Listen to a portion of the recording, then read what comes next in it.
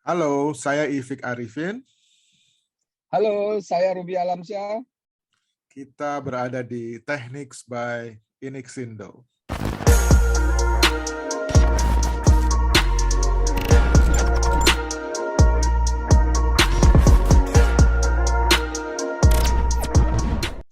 Halo, Mas Ruby, apa kabar nih? Lagi di mana nih? Alhamdulillah baik, Om Ifik. Ini kayaknya lagi di mobil ya, kelihatannya ya. Kebetulan lagi mobile, lagi nganter anak ini perlombaan, betul. Wah, itu. Tadi aku udah bilang ayah yang baik ya. Jadi pokoknya nurut Insya apa Allah. yang anak minta itu kita nurut ya, Rub ya. Iya, kita kalah set lah kalau di rumah pokoknya. Jadi harus Gitu nurut ya. sama yang kecil. Di luar boleh jadi bos tapi di dalam nurut. Betul. Oke. Rob, kita udah kenal lama nih sebetulnya ya. Kita udah mungkin lebih dari 10 tahun. Aku tahu Anda pertama kali dari berita forensik dulu ya. Betul ya? Anda dulu aktif di forensik pertama kali atau gimana cerita? Tunggu dulu. Kita sama-sama satu sekolah ya. Walaupun tahunnya beda. Alhamdulillah. Tahunnya bedanya sedikit lah ya. Beda 2 digit doang. Alhamdulillah kan saya memang ini junior Pak Ifik dan juga ngikutin jejak Pak Ifik. Nah, jangan panggil Pak dong. Siap. Ada yang manggil Mas, ada yang manggil Uda, apa aja boleh lah. Udah aja kalau gitu ya, siap. Udah Ifik. Udah, orang awak mesra, gitu. Mesra kayaknya ya kalau ada Uda itu ya. Betul, Okay. Udah, siap. Nah, jadi dari SMA tuh kemana, Rub, kita? Nah, dari SMA, kebetulan saya S1-nya ke Teknik Informatika Gunadarma. Melalang buana dulu kerja sama beberapa perusahaan lokal sama multinasional. Tapi dasarnya orang Padang dan punya ilmu IT, akhirnya jualan sendirilah tanda kutip dalam arti menjalankan perusahaan sendiri sejak 2001. Nah, seiring jalan sebenarnya sih di awal sebelum SMA itu saya hobi di aplikasi, habis itu hobi di sistem, selanjutnya hobi di network, terakhir saya hobi di security. Nah, di sanalah tertambat mulai 2006, mulai 2003 saya full aktif di security, utamanya di digital forensik sampai hari ini. Betul. Spesialis? Masih kebetulan nama spesialis, perusahaannya juga namanya juga Digital Forensik Indonesia. Jadi memang hanya jualan forensik services lah istilahnya kita, dan juga sedikit IT security yang spesifik. Gitu. Udah Ifik. Jadi istilahnya manggaleh ya, kita manggaleh ya. Berjualan. Manggaleh ya. Berjualan. Kebetulan bisa cuma ilmu itu aja, jadi kan kita tapi prominten. Jadi orang kalau bilang bisa, kalau kita orang Indonesia kebanyakan bisanya sedikit-sedikit. Tapi kalau profesionalisme bisanya dalam, bro. Gitu, Rob ya. Jadi Insya Allah. Keren lah, pokoknya keren lah. Gua bangga hari ini bisa jadi partner podcast kita ini. Oke. Terus Ruby, kita mau bicara tentang zero trust ya. Zero trust. Baik. Zero trust ini sebetulnya udah 2010 ada yang mencanangkan konsep zero trust itu, tapi sampai sekarang ternyata gaungnya baru kedengeran gitu ya, walaupun sudah lama. Dan menurut saya juga zero trust ini bukan sesuatu yang baru banget gitu ya, karena dari dulu juga udah ada konsep seperti itu ya. Nah, menurut Anda apa ini yang namanya zero trust ini? Ya, zero trust keywordnya adalah never trust anything, always verify, gitu kan. Itu motonya ya. Motonya seperti itu.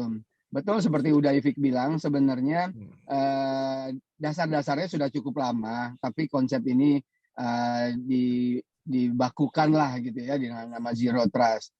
Dan mestinya lebih kepada penekanan zero trust itu benar-benar harus harus di-apply gitu loh, harus dijalankan semaksimal mungkin. Jangan pernah percaya siapapun, baik itu orang kita sendiri, sistem kita sendiri, selalu melakukan verifikasi. Kenapa? Dengan hal tersebut diharapkan kita memperketat akses masuk ke sistem kita, memperketat orang mengakses ke sistem kita dengan benar-benar meyakinkan bahwa orang tersebut, device tersebut, dengan behavior dia sebelumnya, memang adalah benar-benar orang yang diperbolehkan masuk. Jadi istilahnya ini berlapis lah ya, harus izin masuk itu benar-benar harus berlapis, dan pemeriksaannya itu faktornya berjenjang dan nggak 1-2 item saja gitu. Nah, diharapkan dengan penekanan zero trust ini kita bisa menghindari para oknum ataupun kriminal yang mencoba masuk ke sistem kita, mengambil akses kita, mengambil data kita.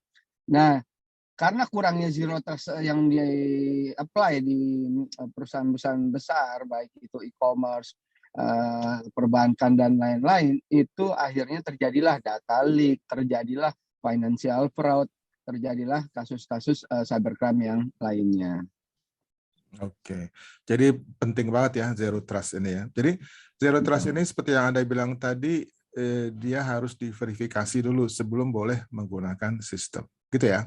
Jadi identity management lah gitu ya, identity management. Nah, zaman sekarang nih identity ini nggak cukup dengan login password aja ya, Mas Ruby. Betul. Jadi apa yang kita lakukan untuk menjaga identitas ini saat ini? Ya, jadi pertama nggak hanya cukup username dan password saja, tetapi harus ditambah multifaktor lainnya, misalnya OTP kah, OTP via SMS kah, via aplikasi kah, via email kah, minimal ada OTP. Lalu misalnya menggunakan tambahan verifikasi pakai token bila ke sistem yang lebih tinggi security-nya. Nah, yang lebih utama lagi adalah membaca, menyimpan behavior user tersebut selama ini. Nah, Ruby kalau masuk pakai user ini, password ini, pakai device A, pakai IP sekian, pakai browser ini, pakai aplikasi ini, itu dicatat semua di log. Saat Ruby akan login kapanpun, akan diverifikasi tidak hanya username, password, dan OTP-nya saja, tapi dicek juga device-nya sama nggak sih ini, aplikasi atau browsernya sama nggak sih ini. Nah, kalau itu ada indikasi berbeda dan masuk ke dalam kategori tidak ditoleransi, itu akhirnya di cut off, walaupun username, password, dan OTP-nya benar. Nah, disitulah istilahnya zero trust itu, ya kalau ada yang salah dan masuk kategori yang resiko tinggi, itu langsung di cut aja, langsung nggak boleh masuk gitu. Jadi kita memperhatikan user behavior ya. Betul. User behavior, perilaku manusia. Dari mana dia login? Nih dari sini nih. Kok dari sini? Kenapa dia ada di sini? Loh, besoknya ada di tempat lain lagi gitu. Kayaknya diskotek, disco nih, dari disco dia. Nah, biasanya nggak ke disco kok, dia dari disco gitu kan. Nah, perlu dipertanyakan gitu. Betul. Nah, behavior itulah memang perlu dipelajari ternyata oleh sistem. Ya, Mas Ruby, memang perbedaan sistem security hari ini dengan yang 10 tahun atau 20 tahun yang lalu, sekarang ini yang namanya device itu bertebaran ya. Jadi ada handphone, mobile, ada IoT, ya, machine to machine communication, kemudian ada macam-macam, sehingga kita nggak bisa mengandalkan lokasi, itu kayaknya udah nggak bisa lagi deh. Jadi makanya verifikasi harus betul-betul cermat gitu ya. Andai kata pun ada lokasi-lokasi tentu yang mesti ditanam, yaitu harus dimasukkan ke dalam sistem juga gitu ya. Jadi hanya boleh dari sini. Kalau nggak kan kita bebas bergerak kemana aja. Iya, itulah seremnya internet kan itu gitu kan ya. Jadi memang verifikasi berlapis dan multifaktor itu benar-benar perlu diterapkan di zero trust ini. Zaman sekarang Wajib. wajib. Apalagi kalau kita transaksi di bank gitu ya, itu tentunya Ya, harus ada MFA-nya gitu ya. Mungkin MFA. retina, biometrik itu udah bisa reliable belum ya? Ada 1-2 bank di Indonesia swasta yang mencoba aplikasi tersebut, mencoba verifikasi pakai biometrik. Walaupun trennya belum terlalu tinggi ataupun belum banyak masyarakat yang menggunakan lah ya. Tapi Itu pakai tren itu sudah udah ada ada. di salah satu perbankan pakai voice Oh, recognition. voice. Ya. Wih, asik. Suaranya kalau serak-serak basah gimana tuh? Wah. Atau pakai jempol, ada nggak yang pakai jempol gitu? Ada kali ya? Pakai jempol, masuk di Pakai scan jempol di jempolnya gitu. mana? Oh, kalau Di di handphone. device. Oh, kalau di handphone kebanyakan nggak biometrik. Kalau biometric authentication kalau di aplikasi mobile itu sebenarnya bukan biometric verification ke sistem yang dimaksud, tapi sebenarnya hanya verifikasi biometrik di device kita sendiri. Kalau memang itu benar penggunanya, alias adminnya gitu kan ya, alias rootnya memang pengguna device ini, silakan masuk. Emang udah diizinin. Itu bukan biometrik yang sesungguhnya kalau yang saat ini ya. Kalau di handphone. Ngerti. Jadi cuma berlaku untuk handphone itu sendiri ya, tapi bukan untuk aplikasi yang lain. Oke. Tapi usaha orang dalam melakukan identity multifaktor segala macam itu sudah bagus. Kemudian tadi Anda bilang kan behavior, berarti ada identity analytics ya. Betul. Dari log. Betul. Dari log. Kan log itu dibaca oleh siapa, Mas Ruby? Jadi gini, waktu mau mulai di implementasi Zero Trust ini harus di-define apa saja nih identitas ataupun data-data yang mau dikumpulkan. Nah, seluruh data-data yang sudah disepakati yang mau dikumpulkan ditaruh di log. Nah, itu akan dibaca oleh sistem autentikasinya. Kayak zaman dulu radiusnya gitu kan. Radius. Nah, kalau zaman dulu orang dulu tahu kali ya. Kalau aku angkat tangan aja zaman dulu gitu ya. Jadi si sistem autentikasi inilah yang akhirnya dia menambah variabel, menambah parameter untuk dilakukan verifikasi, yaitu item-item dari log. Nah, Ruby itu biasanya pakai login pakai device apa? Biasanya pakai Android, kok sekarang pakai iPhone gitu kan. Biasanya pakai iPhone 13, kok tiba-tiba login pakai iPhone 5 gitu kan. Baru dijual handphonenya rupanya. Itu kan ketahuan tuh, lagi BU berarti itu. Lagi BU atau memang ternyata adalah orang lain yang menggunakan identitas Ruby gitu kan. Ada crime yang tersirat di situ ya. Bisa jadi ya. Betul. Oke, jadi memang kita ini tambah kompleks gitu ya kondisinya segala macam sehingga kita. Nah, kalau lihat user behavior itu aku baca lagi nih Mas Ruby, ada mungkin zaman sekarang lagi booming orang ngomong kecerdasan artificial ya. Apakah digunakan juga machine learning untuk user behavior itu? Oke. Kalau AI sama machine learning untuk di security masih menurut saya sampai saat ini masih dalam tahap uji coba, tes dan belum mature ya, masih dalam tahap awal. Sudah ada yang jalankan tapi itu juga belum masif, alias masih kebanyakan. Tapi ke depan mungkin ke arah sana, karena takutnya apa? Takutnya false positif dari AI sama machine learning kan resiko tinggi gitu kan. Nah, untuk false positive. Ya, untuk sesuatu sistem yang sangat secure, yang sangat kritikal, nah akhirnya belum dipaksakanlah penggunaan AI atau ML, sehingga tetap ditekankan dengan parameter-parameter yang sudah disepakati, yang sudah jelas itemnya. Jadi jangan sampai mereka masih mengkhawatirkan atau takut karena kalau AI atau ML-nya disalahgunakan, salah behavior gitu kan, akhirnya bisa mengapply ke arah-arah yang tidak baik juga. Nah, Makanya menurut saya kalau security yang critical infrastructure sih masih belum diaplikasikan karena AI dan ML di security memang belum mature. Belum mature ya, tapi future lah. Kalau Pastinya gitu, future. Ya. Oke, kalau gitu dari identity ini kita masuk ke akses tadi kan Anda bilang orang udah clear ininya verifikasinya, lalu dia boleh mengakses apa gitu kan? Nah, akses ini juga ada manajemennya ya, akses manajemen ya.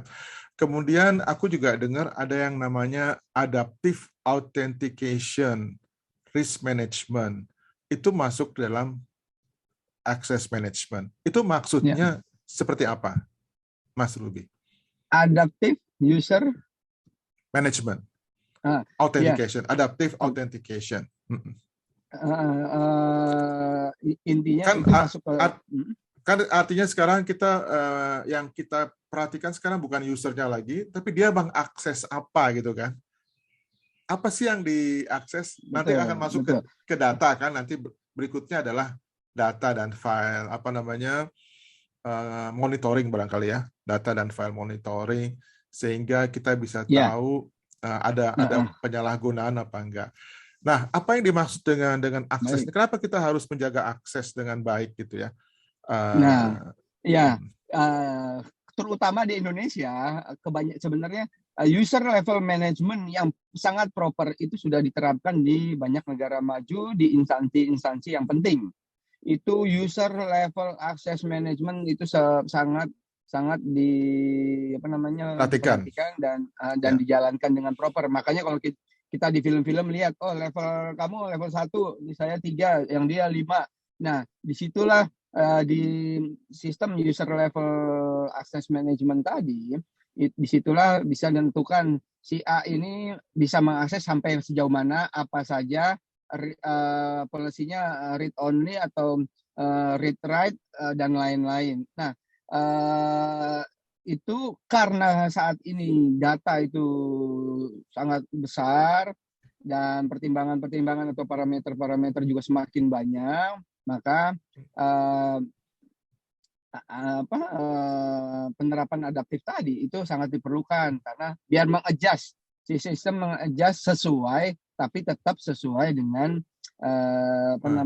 rules-nya ya. Iya, rules yang ada, rules yang sudah di-setup sehingga parameter-parameter tersebut memang di-apply lalu diberikanlah haknya kepada user yang dimaksud. Nah, karena data sekarang nggak hanya lagi level 1 segala macam, data kan besar nih, big data. Nah, dia bisa harus mengakses kemana, bagaimana, polisinya read only, apa read write dan lain-lain. Ya. Utamanya lagi tetap lognya tetap akan setelah diperiksa. Masuk pun log tetap jalan ya, walaupun berhasil masuk, log tetap jalan. Nah, di situ dipelajarin lagi bahwa Ruby hari ini masuk mengakses ini, file ini, dia menghapus, mendownload ataupun mengupload. Nah, semuanya itu tetap disimpan. Dimonitor. Betul. Oke, jadi kita udah bicara data sebetulnya di sini ya, data. Data ini Mas Ruby, zaman sekarang itu kita kan sering pakai cloud ya. Ya.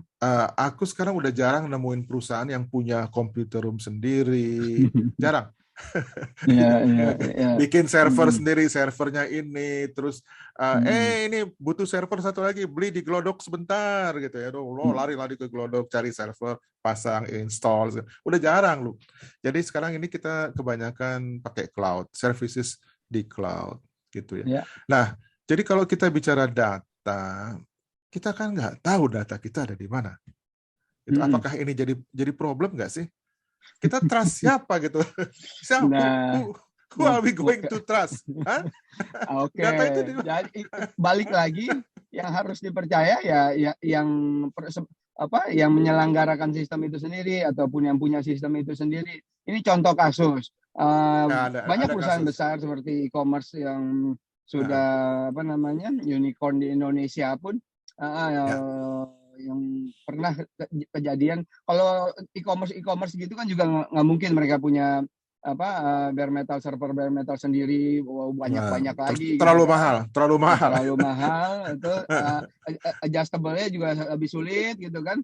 Nah, sedangkan cloud itu memang memberikan kemudahan baik bagi yang punya sistem maupun bagi pelanggan mereka. Tetapi cloud itu juga punya kekurangan. Salah satunya adalah yang terkait security ya. Walaupun ada kekurangan di security, kalau di-adjust ataupun di-setup dengan proper, itu mesti juga cukup aman ataupun bisa benar-benar optimal kalau di-maintain dengan benaran. Nah, gitu.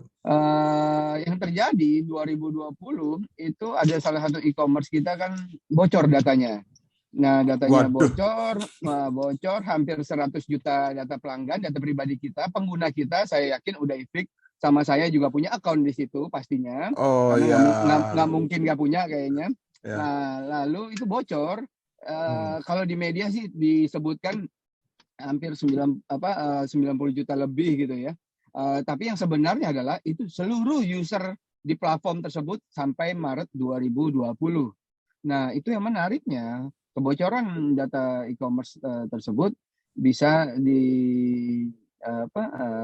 kalau kita analisa itu terjadi di salah satu cloud provider terbesar di dunia yang lokasinya tidak di Indonesia, alias di negara tetangga gitu kan. Nah, itu pakai cloud, udah pakai cloud dia di luar Indonesia, pakai mempercayai perusahaan di luar juga, pakai perusahaan security di luar juga, tapi yang bocor adalah data warga negara Indonesia seluruhnya, 92 juta lebih gitu ya. Nah, itu kita analisa, datanya valid dan itu terjadi karena kebocoran di cloud.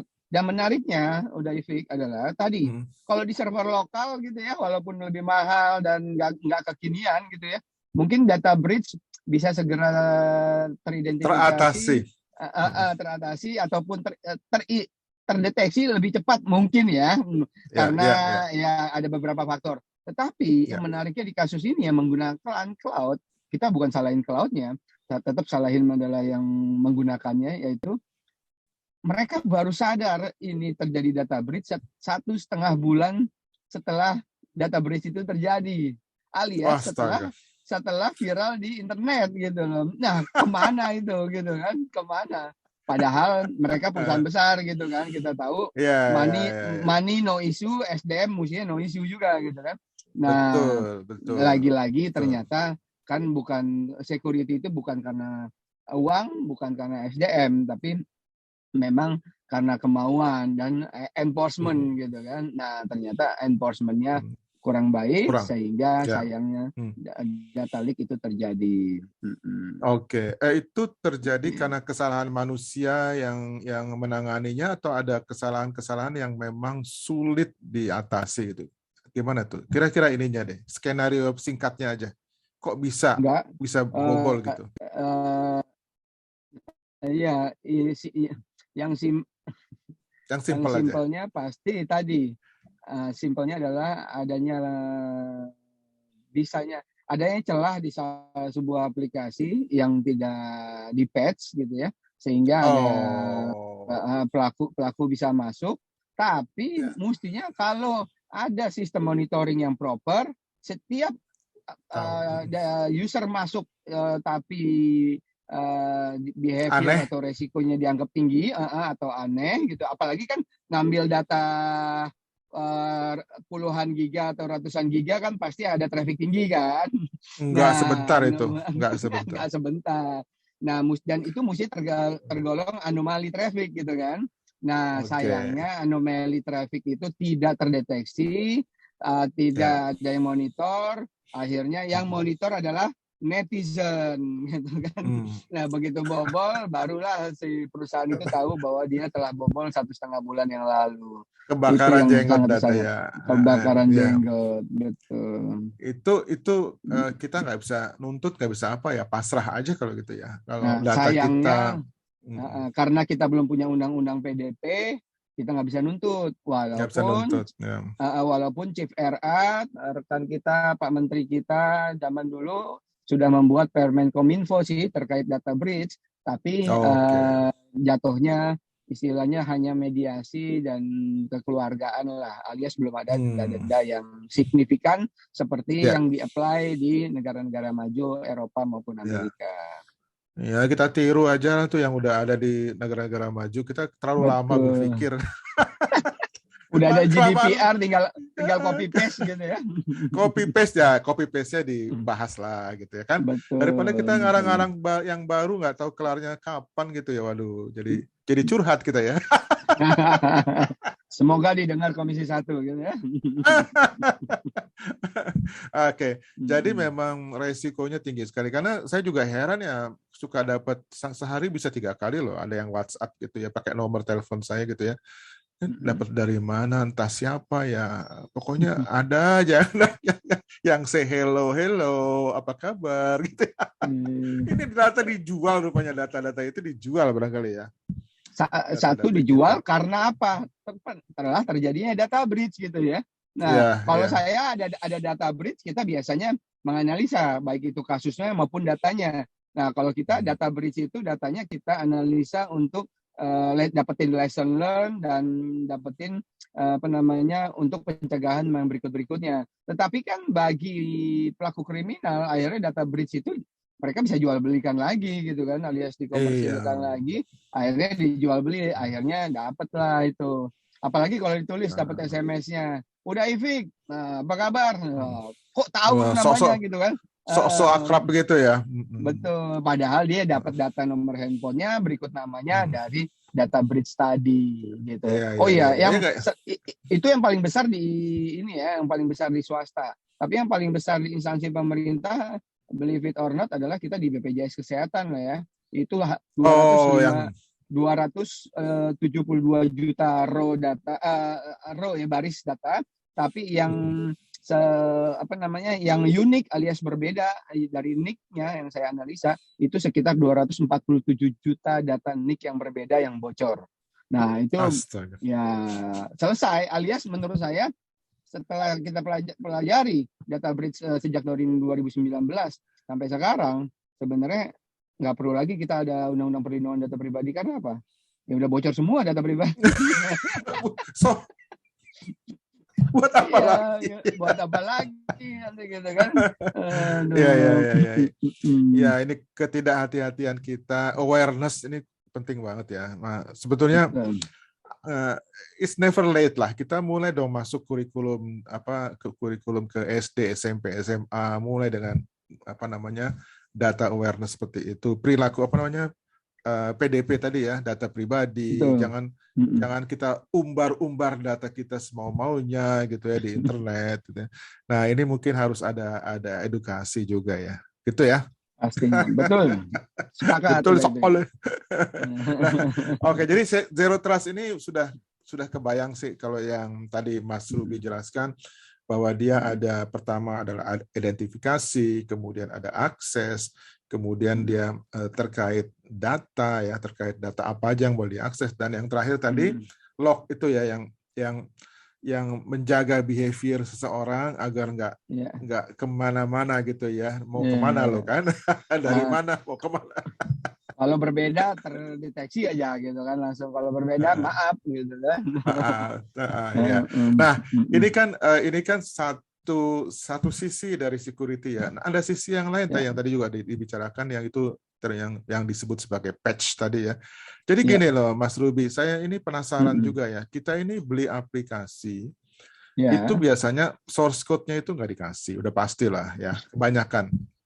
Nah, apakah kita zero trust ini bisa kita terapkan nggak di aplikasi? Karena kita nggak tahu yang di dalamnya ada programmer yang iseng dia nanam apa di situ ya, nanam sesuatu yang bisa dibuka pada saat tertentu ya.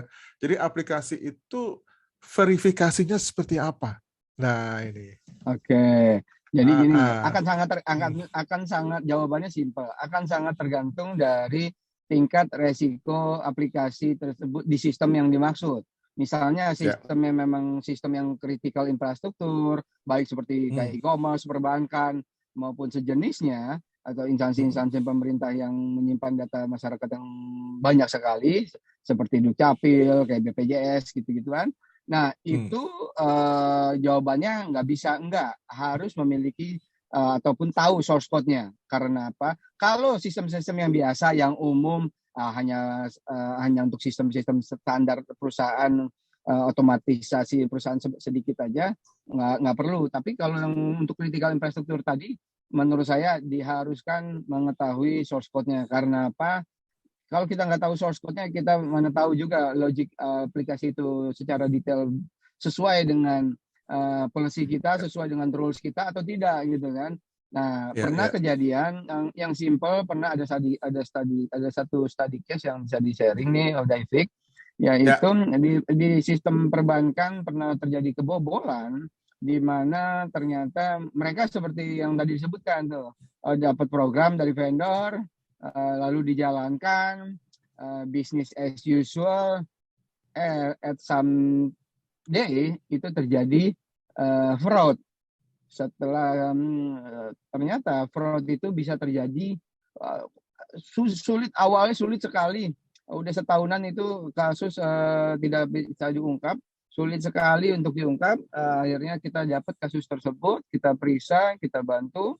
Menariknya kita temukan fraud itu bisa terjadi dikarenakan aplikasi tersebut sudah berubah logiknya, logik di dalamnya berubah gitu lah, alias pelaku bisa mengakses source code dan merubah aplikasi tersebut seperti sedia kala terkesan, padahal logiknya dirubah. Simpelnya gini, ya, contoh lainnya ya, kayak kita punya ATM, punya PIN gitu kan.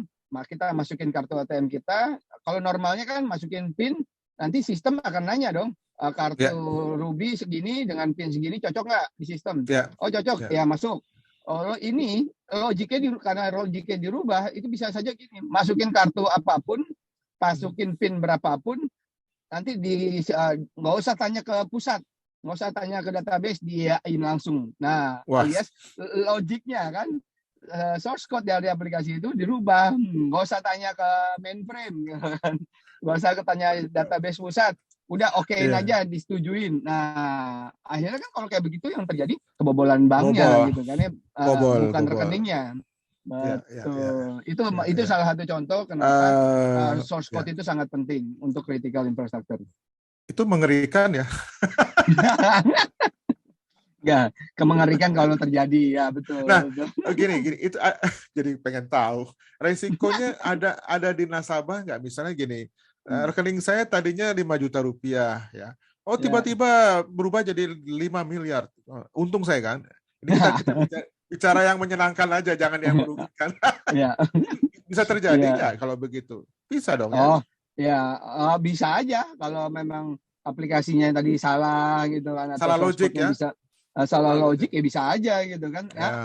Dan semacam itu pernah terjadi kan ya, walaupun Bang sebutnya glitch ya, dibilangnya ada glitch, itu pernah terjadi karena logiknya salah, lagi tes tapi di deploy gitu kan, mestinya di tes di development environment, ternyata tapi dimasukin ke production belum proper gitu kan. Nah, akhirnya jadilah 5 miliar. Tapi study case yang saya maksud bukan yang ini ya, berbeda. Bukan ya. Logikalnya mirip gitu. Mirip ya. Ya, artinya celah-celah itu bisa dibuat oleh programmer gitu. Yes. Nah, makanya kalau kita di forensik itu ada tambahan jasa kita, apa David, yaitu kita melakukan source code reverse engineering. Nah, karena kasus-kasus yang itu, akhirnya kita menambahkan service kita itu, yaitu source code reverse engineering. Akhirnya kita menganalisa, simple kan, sebenarnya simple aja, dari source code asli sama source code yang lagi production sama nggak 100% gitu kan. Itu, baru kita gitu. Ini ya. Nggak, masalahnya gini Ruby, kalau di aplikasi itu kan ini udah terjadi ya setiap hari ya. Kita membuat aplikasi pasti ada bugs-nya dong. Nggak mungkin free of bugs. Nah, jadi sambil kita menunggu bugs itu ketemu, dan mereka bikin versi baru. Setiap versi baru bugs-nya juga baru gitu. Betul. Jadi dan setiap upgrading itu kita disuruh bayar. Ya kan? Jadi Iya. jadi ini gimana sih orang ngejual box tapi saya disuruh bayar gitu. Nanti ada upgrade-nya lagi, nggak habis-habis mereka. Ini di mana letak ininya nggak manusiawi menurut saya. Gimana nih menurut lo kalau kayak gini? Iya. Ini curhat dan kayaknya hanya terjadi di perusahaan-perusahaan besar ataupun multinasional lah ya. Memang salah satunya kalau dilihat dari segi itunya, kalau kita sebagai user mungkin lihat dari perspektif seperti itu gitu kan. Loh, kamu yang bikin box, kamu yang ini kenapa saya harus bayar? Disuruh gitu bayar, ya. Kalau istilah mereka, makanya biasanya selain nge-patch sebuah box atau beberapa box, itu biasanya software ditambahi fiturnya. Nah, alasan mereka jual bilangnya bukan untuk menutupi box. Kalau box gratis kok, kita yang resiko. Tapi Anda bayar fitur yang baru ini loh, gitu loh. Masalahnya kita nggak tahu COGS nutup patch-nya berapa maupun COGS untuk nambahin feature berapa. Jangan-jangan lebih gede cost nambah box gitu kan daripada nambah feature. Itu yang kita nggak tahu dan dia pasti nggak buka kan. Ya. Jadi saya ingat zaman dulu itu memang bisa terjadi hal seperti itu juga. Misalnya saya pernah ngalamin kita bikin software, ternyata passwordnya tuh nggak dikasih ke kita sebagai maintainer. Kita kan maintenance gitu ya. Betul. Passwordnya nggak dikasih. Terus kita senyum-senyum aja gitu. Nggak dikasih passwordnya, ya udah gitu. Nah, tapi kita udah nanam program di situ. Yang bisa buat backdoor gitu. Begitu mudahnya waktu itu ya. Tapi sekarang saya udah insaf, jadi nggak bikin seperti itu lagi. Iya. Makanya pindah, jangan jadi programmer lagi deh, banyak godaan gitu. Akhirnya perusahaan-perusahaan kayak saya sekarang punya dapat proyek baru seperti itu, Daivik, yaitu kalau customer sudah terima aplikasi baru, source code-nya kita disuruh periksa sama kita yang independen. Walaupun mereka sudah periksa di audit di internal, mereka tambahin kita periksa independen dari sudut security dan kita forensikin. Nah, akhirnya kita bisa memberikan pandangan yang berbeda ke mereka gitu kan. Akhirnya ada jasa, ya minimal lagi mencari backdoor tadi apakah ada. Iya. Sebenarnya masih banyak sih hal-hal yang sering terjadi kayak kehilangan laptop gitu ya. Certificate of authentication itu kan ada CA itu yang ditanam di laptop itu kebawa kalau hilang. Terus ini harus ada ini ya, incident response ya. Jadi kalau hal-hal itu terjadi, kita mesti ngapain gitu. Nah, ini kayaknya juga belum benar nih di perusahaan-perusahaan di Indonesia gitu. Hampir nggak ada tuh incident response tuh. Hampir nggak ada. Nggak tahu deh. Kalau data di sebuah device itu hilang gitu ya. Device hilang gitu ya. Iya, nggak ada itu. Iya, betul. Makanya biasanya ada dua hal yang biasanya dilakukan, tergantung di awalnya dulu nih. Yaitu sebenarnya bolehkah membawa device sendiri, yaitu bring your own device. Nah, biasanya kalau ada BYOD policy itu perusahaan sudah siap tuh sistemnya sedemikian rupa, walaupun nempel ke device pribadi karyawan itu bisa serta-merta nanti hilang secara remote, wipe dan lain-lain. Tetapi kalau device-nya adalah milik perusahaan sendiri, mereka juga biasanya sudah mengaplikasikan sistem security tertentu di mana device tersebut itu tidak bisa digunakan lagi sama pihak yang mencuri, hanya bisa dipakai ulang aja lah, alias datanya itu nggak bisa diakses. Nah, itu ada preventifnya. Tetapi kan kalau yang terjadinya di perusahaan biasa, perusahaan yang umum, device sendiri atau device perusahaan, tapi nggak ada security-nya. Password standar, OS apalagi Windows yang mau pakai password secanggih apapun bisa gampang dibobol gitu ya. Nah, akhirnya selesai lah itu data. Nah, itu yang nggak. No comment. Nah, itu kalau kejadian di situ selesai. Iya. Ya, mengenai password juga susah ya. Kalau terlalu panjang kita gampang lupa, terlalu pendek bisa ditebak orang gitu ya. Cari password yang ideal emang agak susah sih ya. Gitu. Tapi Ya. nggak sesusah mencari pasangan. Alah. Pasangan apa dulu ya? Pasangan main badminton ya. Betul, maksudnya itu. Oke, jadi Rup udah lama juga kita ngobrolnya. Aku rasa ini babak pertama udah selesai gitu aja ya. Jadi nanti ada babak keduanya. Silakan dengan senang hati.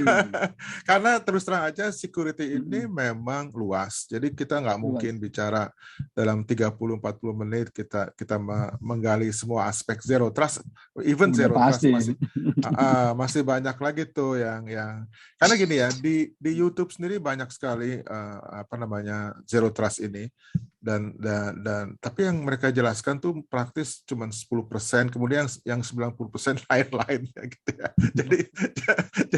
Jadi rancu banget dan susah mengambil sarinya juga susah. Jadi mudah-mudahan hari ini kita sudah berusaha ya tadi sudah dengan zero trust ini dan merupakan hal yang penting walaupun aku ingat konsep zaman dulu yang AAA itu loh, authentication, authorization, dan accounting gitu ya. Ada 3 itu kan. Nah, itu kayaknya mirip semua, authentication, identity, kemudian authorization apa yang lu bisa akses, terus satu lagi accounting yaitu logging tadi ya, verifikasi lewat logging. Yang nggak ada saat itu adalah enkripsi. Jadi data yang di-encrypt itu nggak ada zaman dulu karena kita nggak begitu khawatir sama data dulu ya. Kalau sekarang udah khawatir banget. Betul. Itu loh data yang dari BPJS Kesehatan, dari e-commerce company itu luar biasa. Jadi memang praktis kita sudah naked gitu ya naked di dunia internet ini. Ya udahlah, mudah-mudahan naked karena nekat. Tapi mudah-mudahan udah yang sudah lalu tapi kita lihat ke depan dengan hal yang lebih baik, kita dengan yang lebih optimis gitu ya, Mas Ruby ya. Baik, udah Evi. Thank you banget. Saya juga terima kasih banget udah diundang podcastnya udah Evi. Sama-sama. Jadi kita jumpa lagi nanti ya Rup ya dalam silaturahim SMA 4 misalnya ya, kita say hello untuk teman-teman kita di SMA 4 nih, alumni ya. Kita buat reuni tahun depan ya. Oke. Anda salah satu pengurus kan? Pengurus himpunan alumni SMA 4. Jadi saya nurut aja apa yang pengurus bilang.